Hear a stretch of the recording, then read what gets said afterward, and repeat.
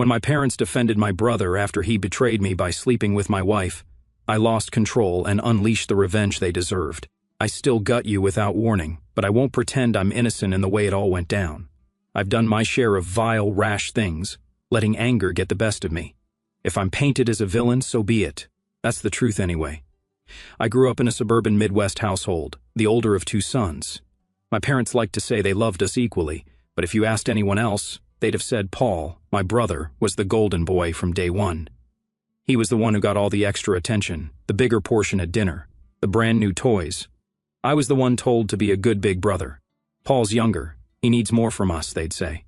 That might sound harmless, but it built resentment like a slow-dripping poison. By the time I was a teen, I saw the pattern. They'd celebrate Paul for small accomplishments, while my own big moments went unrecognized.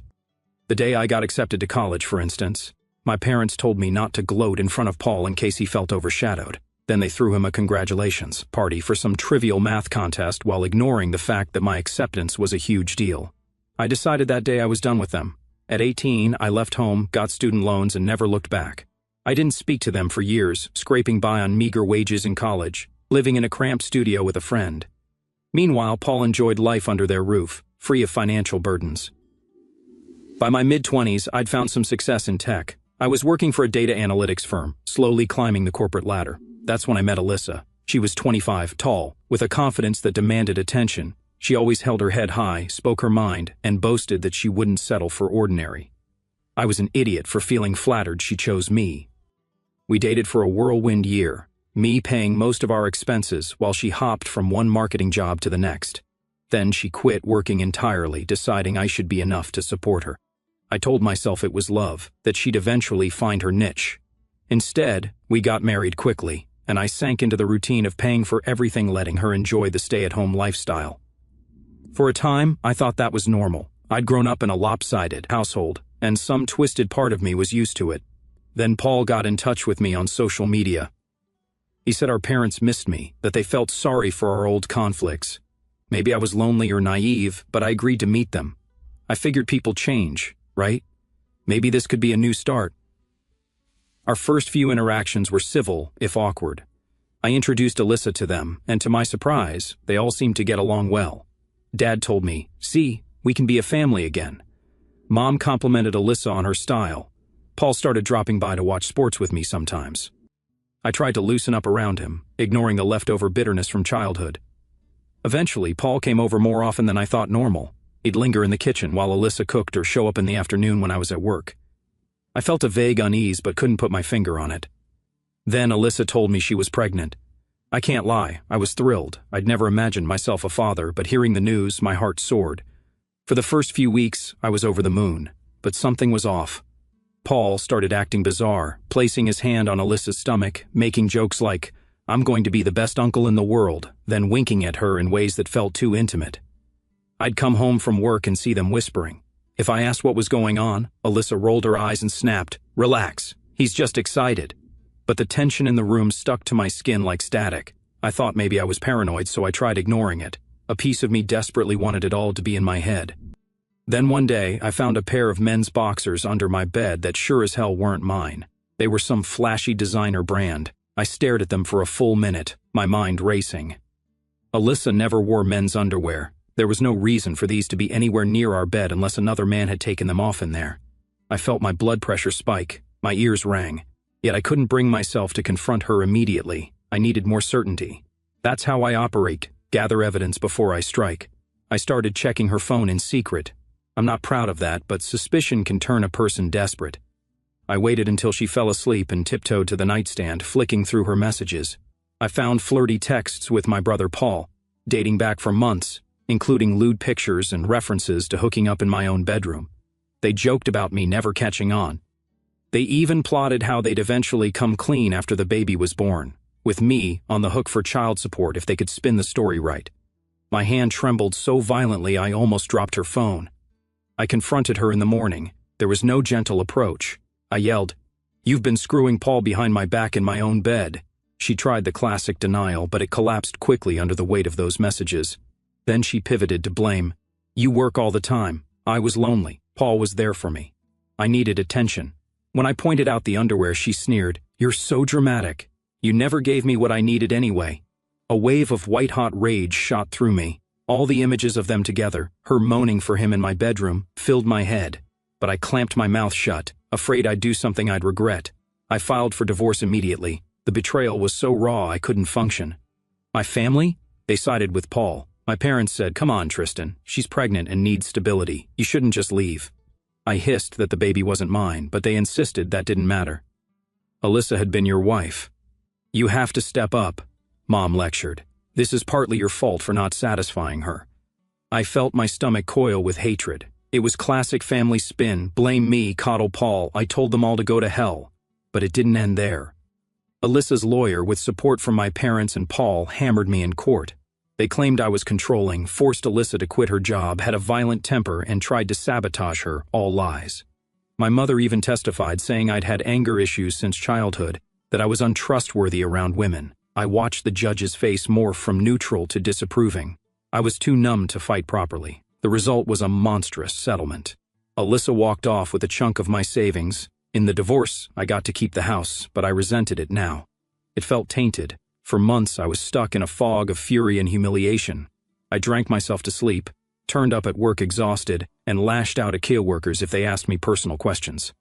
Still, I channeled some of that bitterness into work, refusing to let them see me crumble. Eventually, my efforts caught the attention of upper management, who promoted me, better salary, better position, a company vehicle. It was the first good news in a year. Feeling triumphant, I posted a casual update about my new job online. Big mistake. Within days, my phone lit up with messages from my mother, who demanded I come visit. I tried ignoring it. She escalated, cornering me at my office building, ranting at the receptionist, refusing to leave. Finally, I caved and promised I'd stop by their new home. They'd used part of the divorce settlement to buy a bigger house, presumably so Paul, Alyssa, and the baby would all have space. Yes, she'd given birth about 3 weeks earlier to a little girl. The day I arrived, Paul wasn't home, and Alyssa was napping in a back room.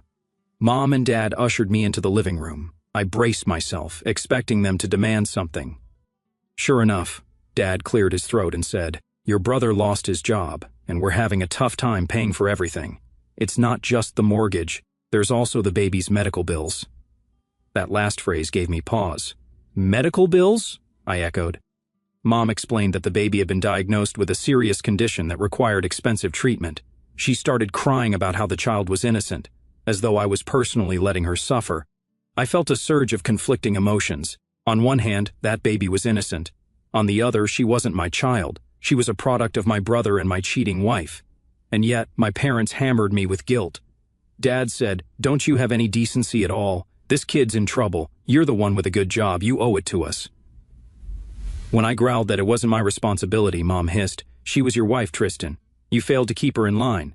Now the baby's paying the price. You can't just walk away." I was stunned. "Keep her in line?" "Are you insane?" Dad retorted. "I don't care how you phrase it. If you'd done your husbandly duty, she wouldn't have strayed. You neglected her. That's on you." My blood boiled, but I forced myself to remain outwardly calm. Then Dad dropped an even more ridiculous statement. "Plus, you never bonded with your brother when you were kids. You stayed aloof, always running off with your own problems, never teaching Paul the right path. Maybe if you'd been a real older brother, none of this would have happened." I felt something snap inside me. I stared at them, trembling with rage. "So now you're blaming me for Paul's entire destiny?" They actually nodded. I realized I couldn't handle another minute in their presence. I stormed out without answering. As I opened the door, there was Paul stepping onto the porch. The second he saw my face, he tried to speak, but I shoved past him. He grabbed my arm and said, "Hey man, can we talk?" The tone was fake friendly. My father rushed over, telling me to hear him out. I wrenched my arm free, spat out, "I don't want to talk to any of you," and started marching down the walkway, the rain spitting on the pavement. Paul hurried after me, stepping in front of me by the driveway. He wore a cheap grin, as if he was about to perform some act of humility. "Look, I know you're pissed, but Alyssa needed attention, man. You were never around. I was just being there for her. You can't blame me for that." That smug justification was the final straw. My vision blurred red. I roared, "Shut your mouth," and lunged at him. I slammed my fist into his chest and grabbed his collar with my other hand. I heard Mom's panicked scream in the background. I lost every ounce of control. Paul struggled, trying to push me away. I drove him back until he tripped over the curb. Then, in a flash of madness, I spotted his car parked crookedly behind mine. My chest burning with fury, I stomped over, yanked open the driver's door, and jammed my foot onto the gas pedal while turning the steering wheel so it smacked into a low hedge. It wasn't a full-blown crash, but it scraped the side enough to do some damage. In the chaos, Paul shouted, "Are you insane?" I charged back to him, lashing out, slapping him so hard across the face that my own hands stung. He staggered backward, face contorted in shock. Mom shrieked something unintelligible. Dad bellowed, "Stop it, Tristan!" But I was on a rampage. I yanked Paul's collar again and hissed in his face, "You had the nerve to screw my wife in my own house, you piece of garbage. I'll end you if you ever come near me again." Paul gasped like a cornered animal. He tried to justify it one more time. "She needed me, man. You practically handed her to me by never being around." That just fueled my rage. I slapped him again, not caring about the ring of neighbors peeking through windows or from their porches. Finally, Dad wedged himself between us. "Get the hell off him, Tristan!" he roared, pushing me back a few steps. I glowered, chest heaving. Paul clutched his jaw, eyes blazing with fury. For a split second, I thought he'd swing at me. Instead, he just spat, "You're a psychopath," and stumbled off toward his damaged car. I turned to my father and mother, who looked horrified.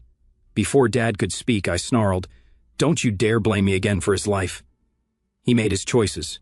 He's the one who stuck his Johnson into my wife. That's not on me." Dad opened his mouth, but then scowled and barked, "We still need money for that baby's treatment. You want your niece to die?" The word niece stung. I had to remind myself she wasn't my child, not biologically. My stomach twisted, though, as I turned away. Dad grabbed my shoulder. "Don't walk away. You're the oldest. You think you can do this to your brother and just leave? You have an obligation to fix this." His grip tightened. My instincts flared. I spun around and slapped his hand away. "Obligation? After all the crap you pulled in court? After testifying against me? You better pray I don't break your jaw for everything you've done." He got in my face, jabbing a finger at my chest. "You watch your mouth. I'm still your father." I gave a bitter laugh. "Father? You haven't been one since the day I turned 18 and left." He pressed his lips into a thin line and barked, "We never turned our back on you, Tristan. You're the one who left your little brother behind. Now you have the nerve to come here, wreck his car, assault him, and refuse to help a sick baby." The contempt in his voice made me snap. I reared back and slapped him so hard my palm felt numb. He stumbled, cursing, and clutched his cheek. Mom screamed, "Oh my God, you monster!" Dad's eyes burned with hate as he stared at me, stunned. Then he whipped out his phone. "I'm calling the cops," he growled. I froze, adrenaline pounding in my ears. Part of me wanted to seize that phone and throw it, but I stepped back instead, my breath ragged.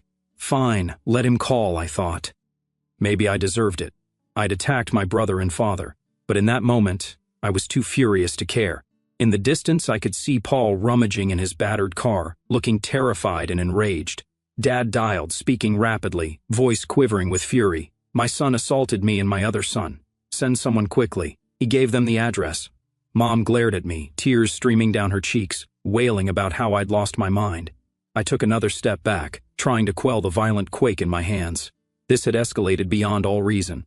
I heard sirens in the distance soon after. The neighbors definitely were watching from behind curtains, some stepping onto their porches to see the show. I didn't run. I stood there, with rain drizzling over my hair, letting it soak into my jacket. Dad was pacing near the front door, wincing and checking his red cheek in the reflection of the glass. Paul was behind him, icing the side of his own face. The police car arrived. 2 officers got out, scanning the scene. One was older, with a no-nonsense look. The other, a younger guy with cautious eyes. They asked, "Which one of you called?" Dad raised a trembling hand and pointed at me.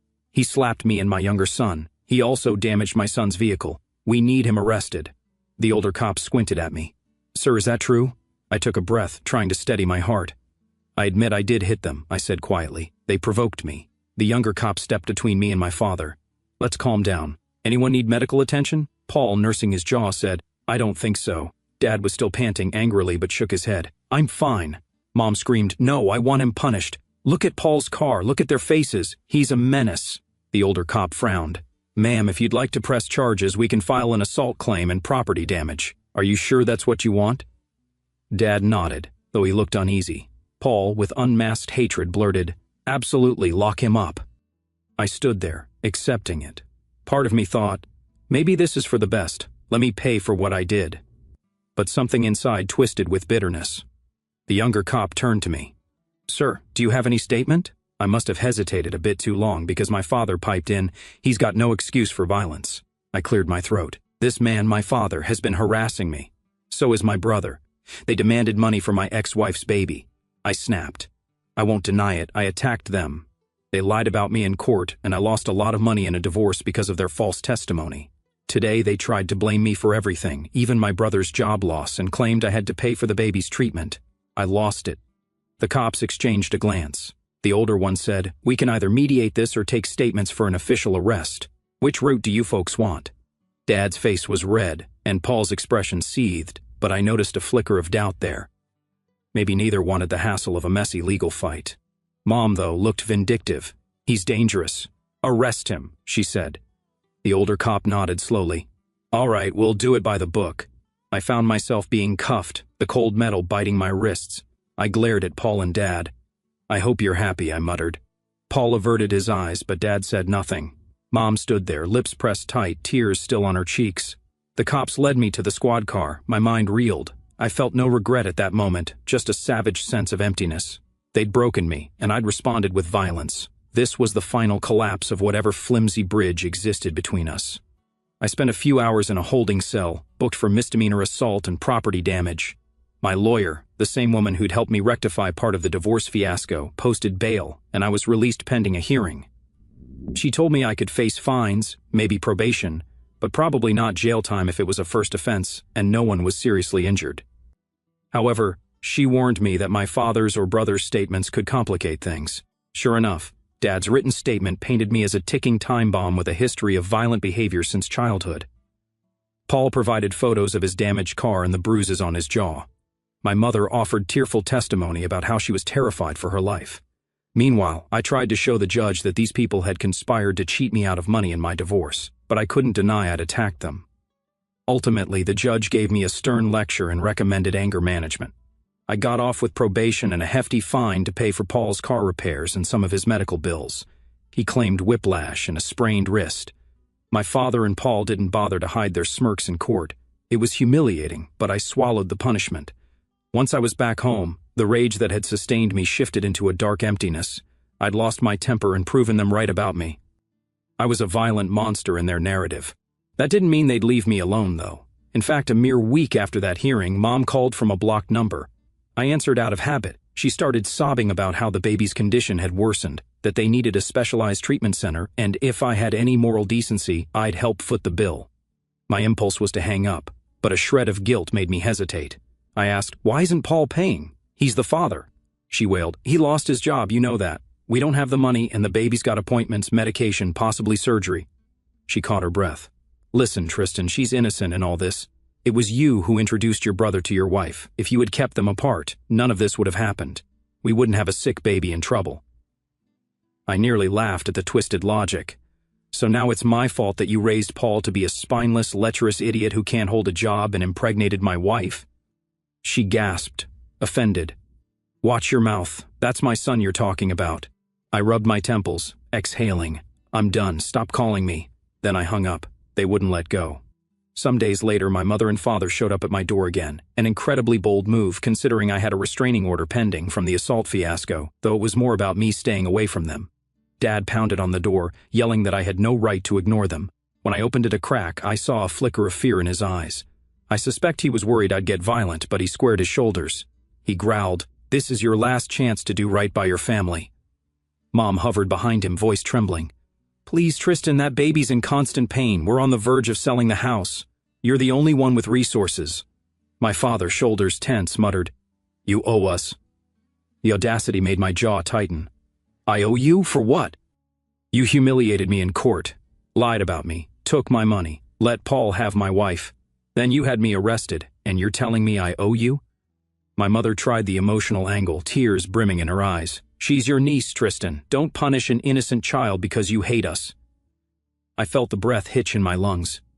That child might share some of my DNA in a sense. She's my brother's kid. But I had no bond with her. The entire pregnancy was born out of betrayal. Still, I couldn't help feeling torn over an innocent baby's suffering. My father hammered on that vulnerability. "You could prevent a tragedy. If you give us the money, she gets the treatment." He paused. "You refuse, and you're a murderer, essentially." That word shot through me. I stared at them, anger and guilt warring inside. A small nagging voice said, "It's a baby." She didn't choose any of this, but another part of me raged. Why the hell am I on the hook for these scumbags' mistakes? I set my jaw. I won't give you a cent. Take Paul's sorry ass to a job fair. Let Alyssa get off her pedestal and work. My father's expression darkened. We're running out of time. She's going to need surgery soon. Mom sobbed, covering her face. I felt nothing but a grim ache. You all made your bed, now lie in it, I said. Then I slammed the door. They pounded a while longer, but I didn't open it. My father threatened to call the cops again, but for what? Refusing to pay them? Eventually they gave up and left. I half expected Alyssa to come screaming at me or try to refile for more spousal support. She did contact me through my lawyer. She wanted me to meet her at a diner and discuss a private arrangement. My lawyer advised me to ignore it, but curiosity got the better of me.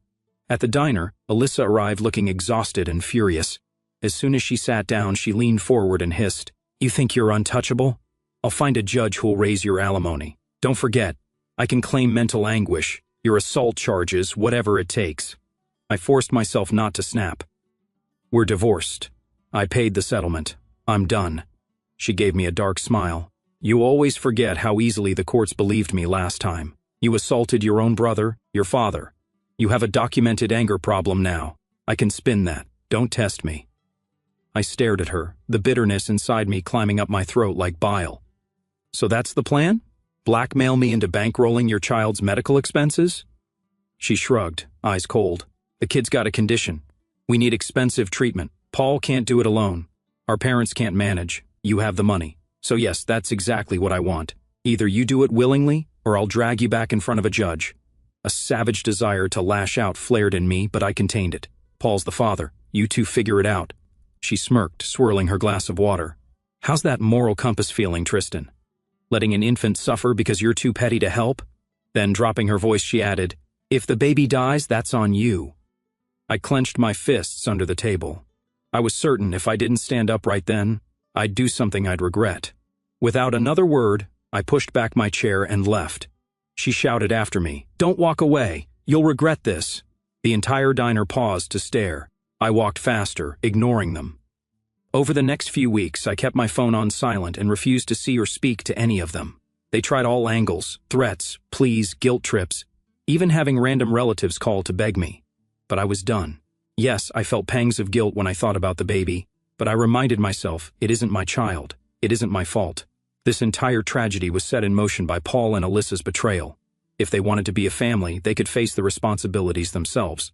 Paul must have seethed with rage at being so helpless. He tried to apply for some jobs, apparently, but nothing stuck.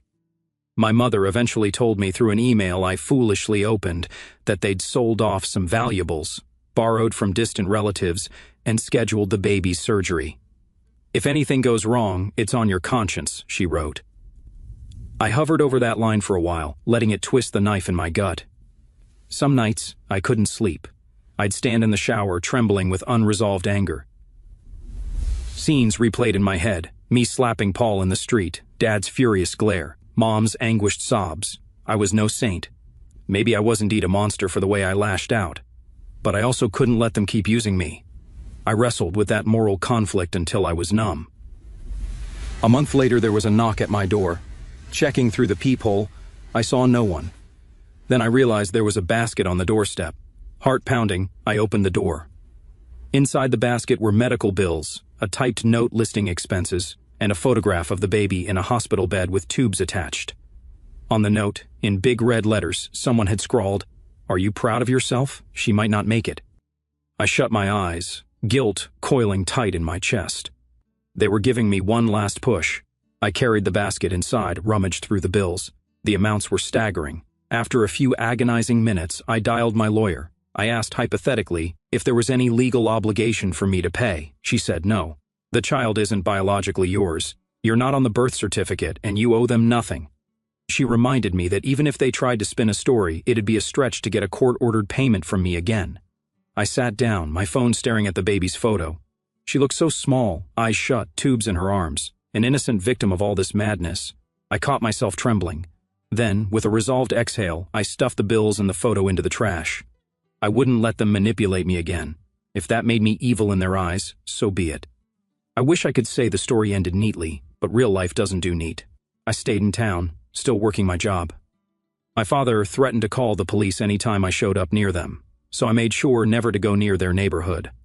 My mother tried once more to contact me, but I blocked all her numbers. Paul and Alyssa probably curse my name every day. Whether the baby pulled through or not, I don't know. I heard from a distant cousin that the child underwent surgery and survived, but I didn't verify it. Part of me hopes she's okay, that her life won't be tainted by her messed up parents.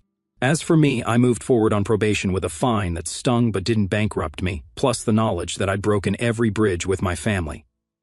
I still see a therapist weekly, forced by the court after my assault conviction. A year passed, my probation ended, I paid off the fines. My father left me a single voicemail the day my probation ended. "You can't run from what you did to your family. This isn't over." I listened, then deleted it. So far, they haven't contacted me again.